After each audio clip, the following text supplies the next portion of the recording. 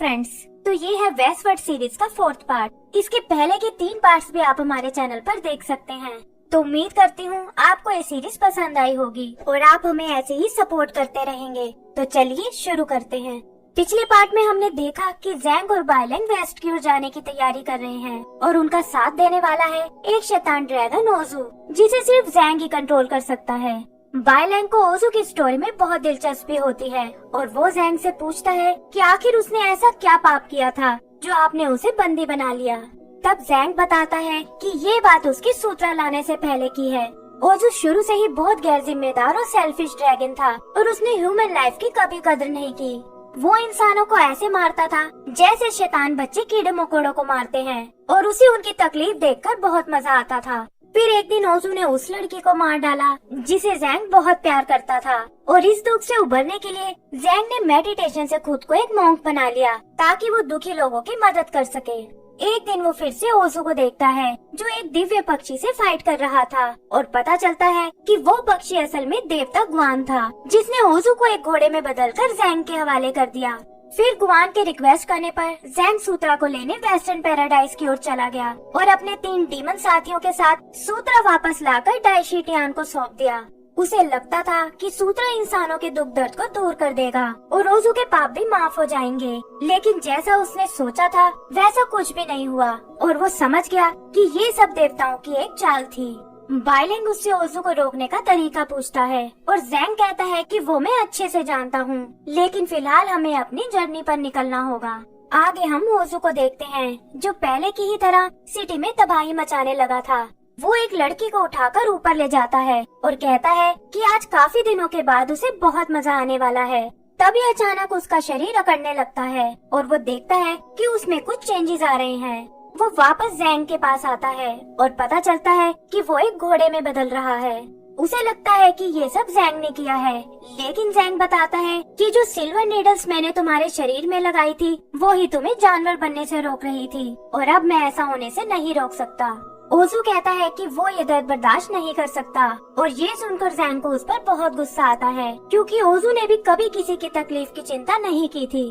वो उसे इसी तरह तड़पने देना चाहता है, लेकिन फिर कुछ सोचकर सिल्वर नीडल से उसे ठीक कर देता है। इसके बदले जैंग उसे अपने साथ जर्नी पर चलने को कहता है और ओजू के पास इसे मारने के अलावा कोई रास्ता नहीं होता। इधर हम कुछ देवताओं को जैंग के रेस्टोरेंट पर देखते हैं, जहाँ उन्हें आखिरी सांस लेता हुआ जीशियान मिलता है। वो उन्हें बताता है कि जैंग ने उन्हें धोखा दिया है और अब वो सूत्रा लेकर वेस्ट की ओर जा रहा है। जैंग और बाइलैंग भी अपनी जर्नी शुरू कर देते हैं और काफी देर चलने के बाद उन्हें सामने एक टी हाउस दिखाई देता है। जैंग कहता है कि यहाँ हमें खाने के साथ साथ थोड़ा आराम भी मिल जाएगा और वो दोनों वहाँ पहुँच जाते हैं। वेटर उन्हें अपने फेमस मीट बन्स ऑफर करता है, लेकिन जैंग कहता है कि वो बस वेजिटेबल्स और चाय ही लेने वाले हैं।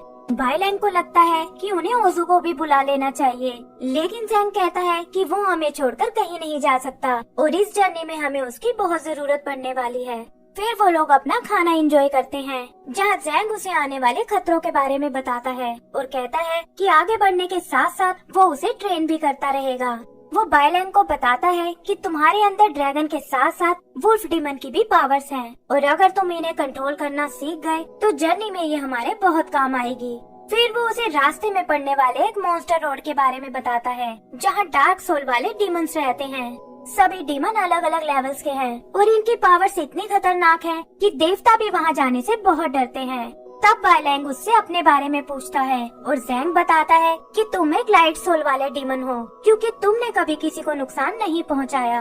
इधर ओजू को ये टी हाउस कुछ अजीब सा लगता है और वो देखता है कि जो भी लोग उस मीट बन को खा रहे हैं उनकी सोल डार्क होती जा रही है।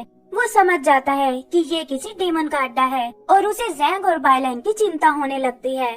बाइलैंग भी नोट करता है कि लोगों का बिहेवियर बदल रहा है, लेकिन जैंग उसे बीच में पड़ने से रोक लेता है। तभी वहाँ बैठे लोग उन्हें घेर लेते हैं और वेटर जबरदस्ती उन्हें वो मीट बन खाने को कहता है।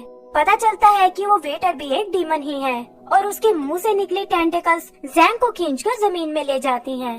बाइलैंग उसे बचाने की सोचता है, लेकिन तभी जमीन से निकली टेंटिकल्स उसे और बाकी लोगों को भी अंदर ले जाती है। बाइलैंग जमीन के नीचे बने एक बेसमेंट में आ जाता है और देखता है कि वहाँ बहुत सारा ब्लड फैला हुआ है। तभी उसकी नजर ऊपर लटके हुए इंसानों पर पड़ती है और वो समझ जाता है कि इनका यूज मीट बन बनाने में होता है। आगे वो एक किचन में आता है जहाँ एक लेडी डीमन और उसका बेटा वो बंस बना रहे हैं। वो लेडी समझ जाती है कि बाय लैंग भी एक डीमन है और अपने बेटे को उसे मीट बन खिलाने को बोलती है। वो बताती है कि जो भी इस मीट बन को खाता है वो हमेशा के लिए यहीं रह जाता है, लेकिन बाय लैंग उसकी एक नहीं सुनता और उससे अपने मास्टर को रिलीज करने को कहता है। तब वो डीमन बताती है कि इंसान हमारा खाना है और अगर हमने उसे छोड़ दिया तो हम भूखे मर जाएंगे। बाय लैंग को ये सुनकर बहुत गुस्सा आता है और वो डीमन और उसके बेटे पर हमला कर देता है।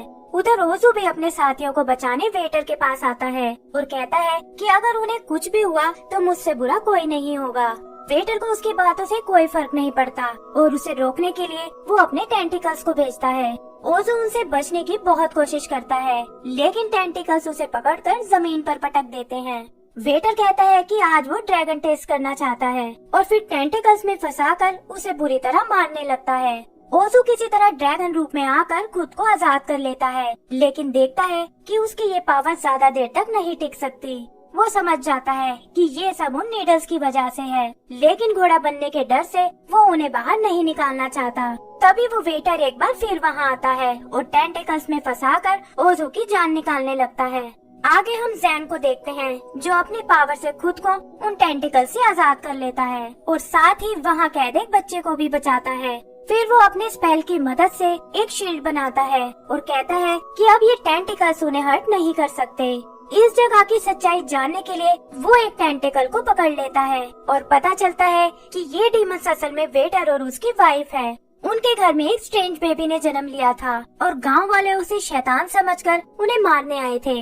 वेटर ने अपनी फैमिली को बचाने की बहुत कोशिश की, लेकिन गांव वालों ने उनके घर में आग लगाकर उन्हें जिंदा जला दिया और मरते हुए उन्होंने कसम खाई कि वो अपना बदला लेने जरूर आएंगे। जैंग समझ जाता है कि ये शैतान पहले इंसान थे और डार्क पावर ने इनकी सोल को करप्ट कर दिया है।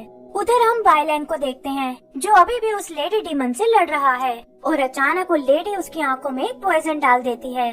उसका बेटा बाय लैंग को पकड़ लेता है और वो कहती है कि पहली बार हम दोनों एक डीमन को खाने वाले हैं। बाय लैंग बचने के लिए ड्रैगन पावर एक्टिवेट करता है और उससे निकली आग लेडी डीमन के बेटे को जलाने लगती है। पॉइजन के असर के कारण बाय लैंग अपनी आंखें नहीं खोल पाता और अपनी सुनने की शक्ति से उस पर हमला करता है।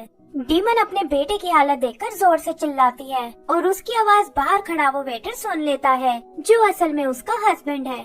वो टेंटिकल से ओजू को खत्म करने को कहता है, लेकिन देखता है कि वो एक बार फिर ड्रैगन बन गया है और इस बार पहले से भी ज्यादा भयानक हो गया है। ओजू उसकी कैद से आजाद हो जाता है और पता चलता है कि उसने सिल्वर नीडल्स को निकाल लिया है ताकि वो अपनी पूरी पावर यूज कर सके। वेटर भी उसकी ये पावर देखकर हैरान हो जाता है और ओजू अपनी लाइटनिंग पावर से उसे मार डालता है। इधर वो लेडी अपने बेटे को नहीं बचा पाती और बाय लैंग से बदला लेने के लिए अपनी डीमन फॉर्म में आ जाती है। उसके टेंटिकल से निकले फैंग बाय लैंग को पॉक करने लगते हैं और उसकी बॉडी में पॉइजन फैल जाता है। डीमन कहती है कि मैंने अपनी फैमिली को बहुत मुश्किलों से जिंदा किया था और अब मैं तुम्हें भी उनके पास भेजने वाली हूँ। तभी जैंग वहाँ आता है और उसके स्पेल के कारण टेंटिकल्स उसका कुछ नहीं बिगाड़ पाते। वो अपनी पावर से उसकी सोल को प्योर बनाने लगता है, लेकिन देखता है कि डीमन की शील्ड बहुत स्ट्रॉन्ग है। तभी ओजू भी वहाँ आ जाता है और डीमन को जकड़कर जैंग की मदद करने लगता है। जैंग भी अपनी पूरी ताकत लगाता है और यहाँ हम उस लेडी का एक फ्लैशबैक देखते हैं जहाँ वो अपने बेटे से प्रॉमिस करती है कि वो कभी भी उस पर कोई आंच नहीं आने देगी। जैंग भी फाइनली उसकी सोल को खींच लेता है और डार्क पावर के साथ साथ उसकी बॉडी भी नष्ट हो जाती है। फिर वो उसकी सोल से प्रॉमिस करता है कि अगर उसके अंदर अभी भी वो ममता बाकी है तो वो आफ्टर लाइफ में जाने में उसकी मदद करेगा। यह कहकर वो उसे एक बैग में कैद कर लेता है और इसी के साथ हमारा 4th पार्ट भी खत्म हो जाता है। तो दोस्तों, इसका अगला एपिसोड भी जल्दी ही आपको हमारे चैनल पर मिल जाएगा।